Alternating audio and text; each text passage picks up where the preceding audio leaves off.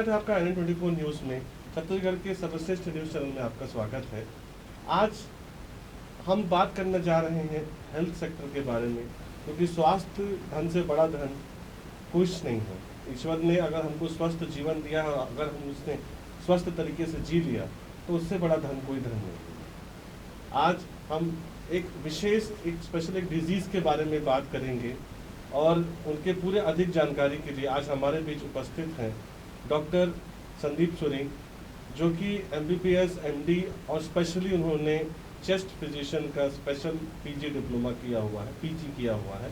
तो सर, स्वागत है आपका हमारे चैनल में। नमस्कार सर, हम एक विशेष चर्चा बस आपसे करना चाह रहे थे कि अलग अलग बहुत सारी बीमारियां, इस संबंध में अलग अलग डॉक्टर्स की अलग अलग राय होती हैं। आज हम बात करेंगे कोरोना की। कोरोना से रिलेटेड जो सबसे ज़्यादा इफेक्टेड पार्ट अगर रहा है तो वो चेस्ट ही रहा है। लोगों को सांस में लेने की तकलीफ़ें होती थीं और चेस्ट से रिलेटेड और बहुत सारी बीमारियां और अलग अलग होती हैं जो अलग अलग कारणों से होती हैं। तो आज विशेष हम आपसे TB के बारे में जानना चाहेंगे, जो कि एक ऐसी बीमारी है जो लोगों को पता ही नहीं चलती कि उनके अंदर TB का बीमारी आ चुका है। तो सर, इसके बारे में आप हमें प्लीज़ बताएं कि TB है क्या और कितनी प्रकार की होती है। देखिए, TB का फुल फॉर्म होता है ट्यूबरकुलोसिस। TB कई किस्म की होती है। सबसे पहला हम बात करेंगे, एक फेफड़े में होती है जो कि स्प्रेडेबल होती है, जो खांसी वगैरह के द्वारा लोगों पे एयरबॉर्न रूट से फैल सकती है और इसका हम बलगम जांच के थ्रू कंफर्म करते हैं TB है या नहीं। और बाकी की बात करें, जिसको हम एक्स्ट्रा पल्मोनरी TB बोलते हैं, किसी की गांठ बढ़ी हो या फिर छाती में पानी हुआ हो या फिर हड्डी में इन्फेक्शन हो, सो विभिन्न किस्म की TB की बीमारी होती है। शरीर के हर अंग पे TB होता है। जी सर, TB मतलब फेफड़ों से रिलेटेड है कि और कहीं भी? जैसा मेरी जानकारी पे मैंने हड्डी का भी TB सुना था। हाँ, हड्डी का भी TB होता है। अगर हड्डी में जैसे अगर कोई इन्फेक्शन है तो उसका टुकड़ा निकाल कर उस टुकड़े की जांच के लिए भेजते हैं। जी। CBNET के द्वारा जांच की जाती है। CBNET बोले तो cartridge based nucleic acid amplification test होता है जी, जिससे टुकड़े की जांच भी होती है और बलगम की भी और पानी की भी। मतलब प्रायतः 3 प्रकार की जांच में आप TB का कंफर्मेशन कर सकते हैं। जी सर, अब TB पता कैसे चले लोगों को? लोग सर गांव स्तर के होते हैं, शहर के स्तर के लोग तो जल्दी से डॉक्टर को कंसल्ट कर लेते हैं, लेकिन ग्रामीण व्यक्ति क्या होता है, खुद ही कुछ ना कुछ करते रहता है। तो कैसे इसके सिम्टम क्या होते हैं? देखिए, सबसे पहले अभी हम TB के बारे में बात किए हैं तो ये सबसे ज़्यादा लो सोशियो इकोनॉमिक स्टेटस में के लोगों में होता है। मध्यम वर्गीय या फिर उससे नीचे जी, जो किसी स्लम एरिया पे रहते हैं जी, वो पर्टिकुलरली ये होता है। अगर कोई प्रॉपर हाइजीन मेंटेन नहीं कर रहा है जी, या जिसकी न्यूट्रिशन सबसे ज़्यादा पुअर है, जी, ऐसे लोगों को ज़्यादातर फेफड़े की TB होती है। जी, इसके सिम्टम होते हैं जैसे खांसी का आना, जी, बुखार का आना जी, और वज़न कम होना और साथ में भूख का लगना कम होना। जी। अब गांव वगैरह में क्या होता है कि एट अर्ली स्टेज पे इसी सिम्टम के साथ लोग आते हैं, बट वो लोग खांसी बुखार के हिसाब से ट्रीटमेंट लेते हैं। जी, जी। काफ़ी लंबे टाइम तक वो इसी दौर पे चलते हैं, बट फिर भी ठीक नहीं होता है तो फिर अंत में वो शहर की ओर मूव करते हैं। तब स्पेशलाइज्ड डॉक्टर के पास पहुंचते हैं। फिर उसके बाद हम जो डायग्नोस्टिक मॉडलिटीज़ है उसके थ्रू हम डायग्नोस करने की कोशिश करते हैं।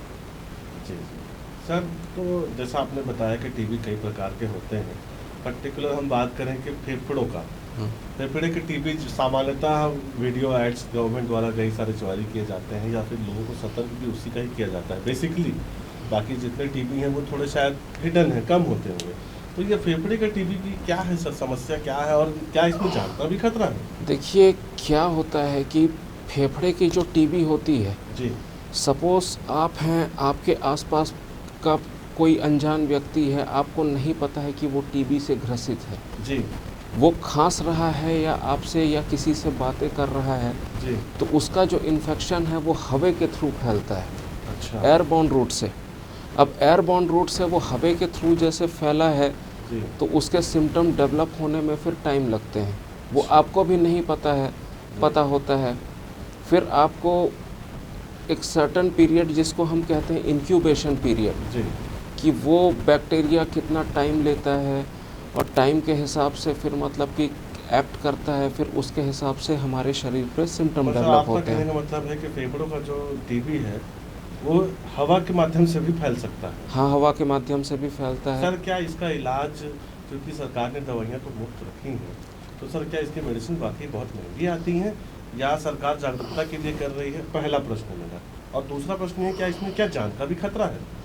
देखिए, सबसे पहली चीज़ कि लोग टीबी के ट्रीटमेंट को उतने सीरियस ढंग से नहीं ले पाते हैं। अच्छा। सबसे पहली चीज़, टीबी का ट्रीटमेंट लोग प्राइवेट से भी लेते हैं और गवर्नमेंट से भी लेते हैं। अच्छा। और गवर्नमेंट के तरफ से जो टीबी की दवाइयाँ हैं वो पूरी मुफ्त है।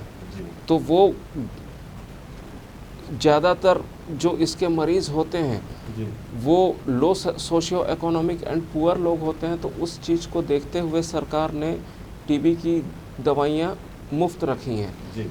अब क्या होता है, बहुत सी चीज़ें इसमें होती हैं कि चीज़ें कॉम्प्लिकेट करती हैं। वो या तो ट्रीटमेंट आधा लेके छोड़ने पे, आधा इन द सेंस मेरा ये कहना है कि कुछ लोग होते हैं जो अपनी मर्ज़ी से टीबी की दवा छोड़ देते हैं, 2-3 महीना लेके अच्छा लग रहा है। जी। कुछ लोग होते हैं कि इससे हमको उल्टी आ रही है, इससे हमको पाँव में सूजन आ रही है, तो वो डॉक्टर के पास जाना बंद कर देते हैं, जी। अच्छा महसूस करते हैं तो अपने आप छोड़ देते हैं। अच्छा। उस जगह पे मेरा ये कहना है कि जहाँ उनको कॉम्प्लिकेशन हो रही है वो पूरी तरह से डॉक्टर के पास फॉलो अप करें, फिर उसके बाद ट्रीटमेंट को आगे इम्प्लीमेंट करें।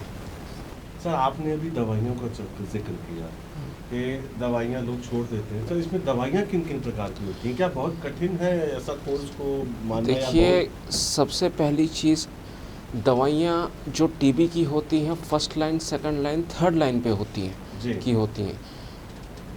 हम जो दवाइयाँ फॉलो करते हैं जी। ये RNTCP के गाइडलाइंस के अकॉर्डिंग फॉलो करते हैं। जी। RNTCP का होता है revised national tuberculosis control programme, जी। जो गवर्नमेंट के द्वारा चलाया गया है, जिसका नाम अभी चेंज करके NTEP कर दिया गया है, नेशनल ट्यूबरकुलोसिस एलिमिनेशन प्रोग्राम। जी। तो गवर्नमेंट के गाइडलाइन के अकॉर्डिंग हम फर्स्ट लाइन ड्रग देते हैं। वज़न कितना है उस हिसाब से वेट क्राइटेरिया होता है। जी। फर्स्ट लाइन की जो दवाइयाँ होती हैं आइसोनियाज़ाइड, रिफैम्पिसिन, पायरिजिनामाइड और इथाम्ब्यूटॉल, जी। ये पर्टिकुलरली चलती हैं और 2 महीने तक यही चलती है। और उसके बाद जो बाकी के 4 महीने चलते हैं वो CP फेस, कंटिन्यूएशन फेस बोलते हैं, जिसमें से पायरिजिनामाइड हट जाता है और आइसोनियाज़ाइड, रिफैम्पिसिन और इथाम्ब्यूटॉल, ये 3 चीज़ें चलती हैं। 6 महीने का ही इसका कोर्स है सर? 6 महीने का कोर्स है इसका, जी। लेकिन दवा is too much powerful. Okay. और इसमें क्या है कि कॉम्प्लिकेशन भी होते हैं। जी। अब क्या है कि इसके साथ खाली पेट की दवा भी लेनी होती है, जी। साथ में मल्टीविटामिन भी लेना होता है, साथ में प्रोटीन पाउडर और हाई प्रोटीन डाइट, और साथ में भूख बढ़ाने की दवा भी लिखनी पड़ती है। क्योंकि अगर हम ये सब चीज़ें जो होती हैं, जैसा कि मैंने आपसे पहले कहा कि टीबी की गोलियां काफ़ी पावरफुल होती हैं, जी। जी। वो साइड इफ़ेक्ट कर सकती हैं। अच्छा। तो इन सब चीज़ों को साथ में देना बहुत ज़रूरी है और रेगुलर इंटरवल्स पे महीने बाय महीने फॉलोअप करना, डॉक्टर से कंसल्ट करना भी ज़रूरी है।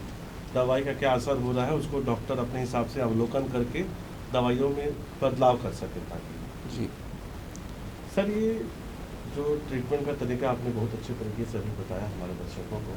सर, ये जानना चाह रहा हूँ, टीबी का कोई ऐसा स्टेज होता है जहाँ पे बहुत कॉम्प्लिकेटेड हो जाए, मतलब जान का खतरा हो जाए, या वहाँ से आदमी ठीक होके आ भी सकता है? देखिए, क्या होता है ना, टीबी जो कॉम्प्लिकेट करता है जी।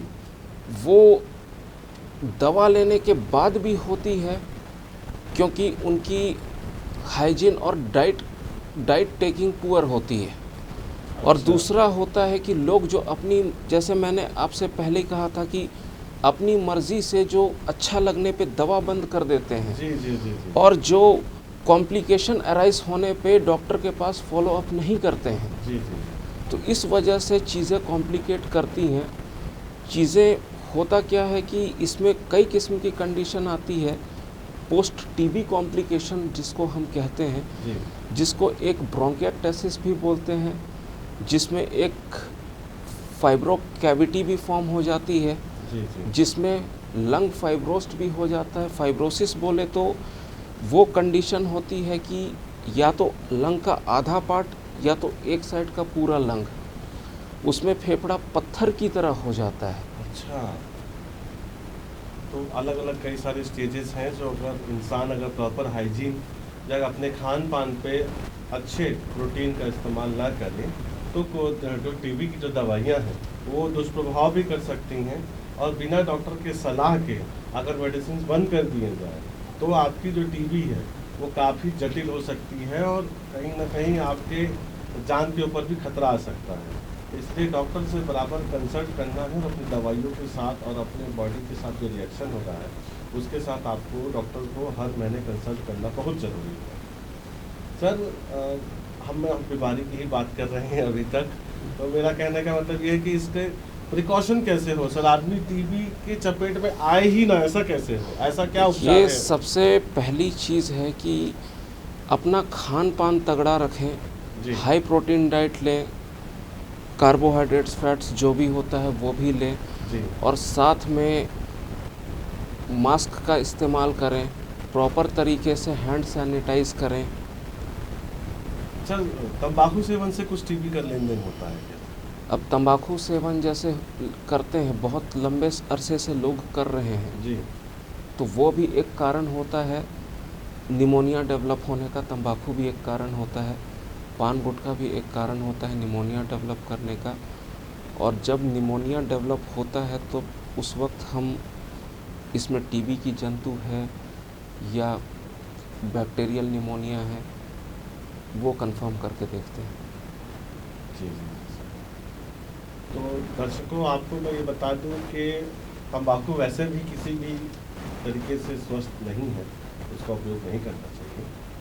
और अभी डॉक्टर साहब ने बताया कि इसका ट्रीटमेंट बहुत ही शांति से 6 से 8 महीने का इसका ट्रीटमेंट का जो कोर्स है वो कंप्लीट होना बहुत ज़रूरी है, नहीं तो आपके स्वास्थ्य पे उल्टा इफेक्ट भी आ सकता है। डॉक्टर साहब, अंतिम प्रश्न मेरा आपसे ये रहेगा, जी। कोविड ने पूरा चाइना में माहौल ख़राब रखा है। प्रधानमंत्री जी की अभी उच्च स्तरीय बैठक भी हुई थी, कोविड के नए प्रोटोकॉल सब धीरे धीरे जारी होने चालू हो रहे हैं। क्या हम भारत में कोविड से सुरक्षित हैं? क्या हम भारत में जो हमारा अभी तक का रिकॉर्ड रहा है, मृत्यु दर पिछले कोविड में बहुत ज़्यादा हुई, तो क्या इस वेरिएंट से हमको डरने की आवश्यकता है? और क्या प्रिकॉशन करें सर जो हमारे भारत के नागरिक सुरक्षित करें? देखिए, अभी क्या है कि सबसे पहले तो सोशल डिस्टेंसिंग का पालन करें। जी दूसरी चीज़, कहीं भी किसी भी जगह पर जाएं तो मास्क का उपयोग करें। और तीसरी चीज़ मैं ये कहूँगा कि थोड़ा कहीं भी कोई कार्य करते हैं तो हैंड प्रॉपरली सैनिटाइज़ करें, क्योंकि इन्फेक्शन किसी भी रूप में फैल सकता है। अभी भी पहले से तो ये नहीं कह सकते, बट पहले से अपने को प्रिपेयर रहना चाहिए। जी देखिए, India is fully vaccinated. First dose, second dose भी वैक्सीनेशन का लग चुका है, और लगभग बूस्टर डोज, तीनों डोज जो हैं वो सभी सेक्टर्स को लगभग लग चुके हैं। और अभी घबराने की इसमें ज़्यादा बात नहीं है, क्योंकि मुख्यमंत्री जी और प्रधानमंत्री जी ने वैक्सीनेशन को लेके विशेष रूप से ध्यान दिया। और अभी बस यही कहना चाहता हूँ आखिरी में कि थोड़ा सोशल डिस्टेंसिंग जैसा कि गाइडलाइंस पे हैं वो मेंटेन रखें, मास्क वो प्रॉपर तरीके से इस्तेमाल करें, और हैंड सैनिटाइज भी प्रॉपरली करें। डॉक्टर साहब ने कोरोना को लेकर भी बहुत अच्छे सलाह दिया है, और ये सलाह सरकार भी आपसे और हमसे हमेशा अपील करती है कि हाथ धोएं, मास्क पहनें और सैनिटाइज रहें, सोशल डिस्टेंसिंग का पालन करें। उम्मीद है हमारे दर्शकों को टीबी के बारे में काफ़ी आज जानकारी हुई है और टीबी से कैसे बचाव किया जाए, टीबी के इलाज कैसे होते हैं, इन सब के बारे में डॉक्टर संदीप सुरीन ने हमें बहुत ही अच्छी जानकारी दी। बहुत बहुत धन्यवाद सर, आज आपने समय दिया और हमारे दर्शकों को इसकी जानकारी दी। धन्यवाद। आगे हम इसी तरीके से अलग अलग बीमारियों से रिलेटेड आपके लिए अलग अलग हम एपिसोड्स लेके आएंगे। तब तक के लिए नमस्कार। नमस्कार। हमारे चैनल को लाइक, शेयर, कमेंट और सब्सक्राइब कर बेल आइकन को दबाना ना भूलें।